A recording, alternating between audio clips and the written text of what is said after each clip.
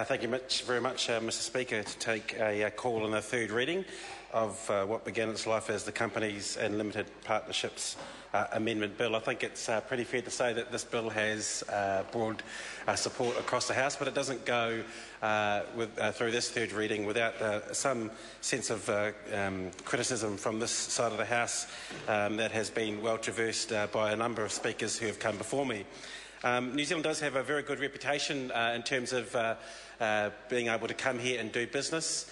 I think our reputation probably in business is equalled by our environmental reputation. So people look at New Zealand and think that it's a pretty fair place, an easy place to carry out work.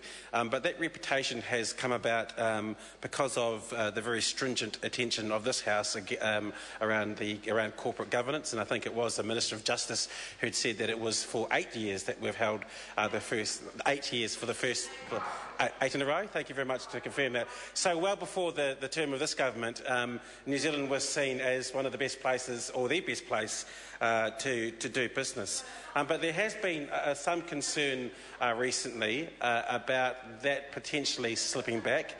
With stories around money laundering, as we've heard before, starting to creep into media nationally and internationally, because I think as people have seen New Zealand companies or New Zealand business as a good place to do business, that's when the crooks come in and try to use our good reputation to start up business and to use it for purposes that we would prefer they did not do. So there has been some concern for some time, and it's good that this piece of legislation is going to be passed on this 24th of June. But probably one of the more interesting parts of the bill is the last page, where it gives us the dates as to when this bill was introduced and when this bill had its first reading. And I think someone else may have pointed out that this bill was introduced to the House on the 13th of October 2011, got its first reading on the 24th of July 2012. And I think, as Andrew Williams had pointed out earlier on in his speech, that before this bill was introduced to the House, it would have gone through Cabinet probably some 4 years ago, and we've only got to the stage now on the 24th of June, just months away from the next general election, that this government has seen it a priority to progress this piece of legislation. It was just last week that we were through the committee stages of this debate, and the select committee, the very hard-working Commerce Select Committee that I sit on, had reported this piece of legislation back to the House some time ago. So this bill, Mr Speaker, has languished on the order paper for some time, and you have to ask the question about the ability of this government's ability to walk the walk when it comes to talking tough on cracking down on white-collar crime, because it's been big on making sure that we can strengthen regulation around business and make sure we can cut red tape around business. But this piece of legislation, Mr Speaker, as I say, was introduced, I think, from my recollection, before the last general election, and is only being progressed in this House just before we break for the next general election. So you do have to ask the question, Mr Speaker, about how seriously this government has taken this piece of legislation. As I say, it is a good piece of legislation, but why has it taken 3 years for it to get here, and the government would have been forming that piece of legislation well before that, so a couple of years. So, Mr Speaker, it may have been this government's intention to pass this piece of legislation at the beginning of its first term in late 2008, but some 5.5 years later we're only really seeing it come to fruition. And it is a piece of legislation that is much needed, again, around that international reputation that we have here in New Zealand. I understand that the World Bank and the International Finance Corporation rank New Zealand the easiest place of 183 countries in which to start a business. So we do have a reputation to protect. But, Mr Chair, there have been incidents recently, and I've got one here in front of me, where there have been instances of people coming from overseas and using New Zealand businesses as shell companies to basically run frauds.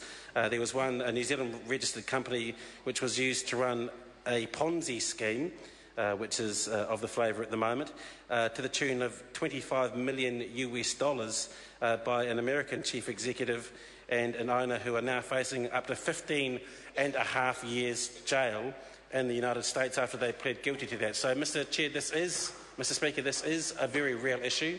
There are people looking at New Zealand seeing that it's a good place to do business and using that protection of that reputation to commit crimes, and that was quite a large one, Mr. Speaker, one of $25 million. So, as I say, there has been plenty of local and international media attention. So we do need to make sure that we are right on top of this, not leaving any wriggle room for those crooks out there to take advantage of the good name that New Zealand has. Again, which takes me back to the point, Mr. Speaker, as to why this minister has taken so long to progress this piece of legislation. If this piece of legislation had been passed maybe in the government's first term when it was thinking about this under Minister Simon Power, then we may not have had the instance that I've just talked about, where that Ponzi scheme was able to be run out of a New Zealand company.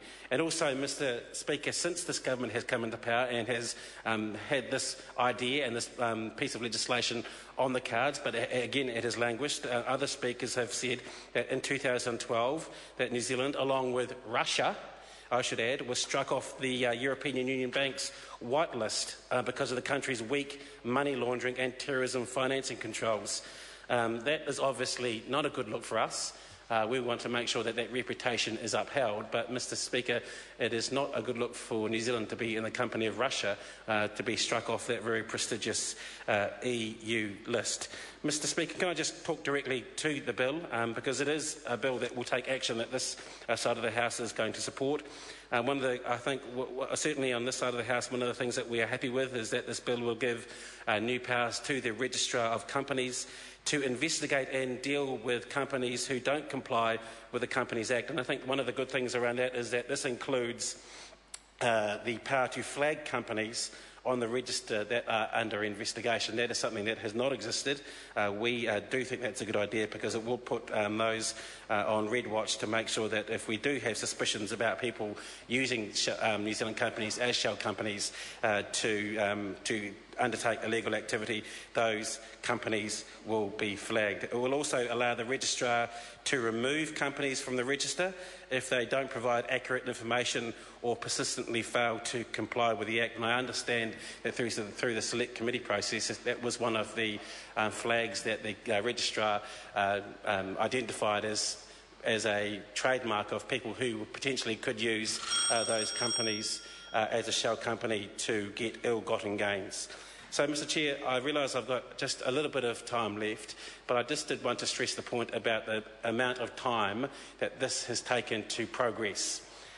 Again, go back to the last page of the bill. This bill was introduced on the 13th of October 2011, some time ago, and got its first reading and referral to the very hard-working Commerce Select Committee on the 24th of July 2012, nearly, Mr. Speaker, 2 years ago that this was referred to the Select Committee.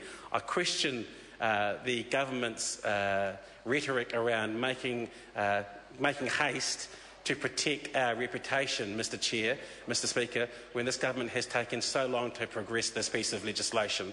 It is a piece of legislation which is needed and that has got broad support around this House, but we obviously do take umbrage to what the government is trumpeting as that it's getting tough on white-collar crime and making sure that directors of companies act in a way that we would all expect they should act.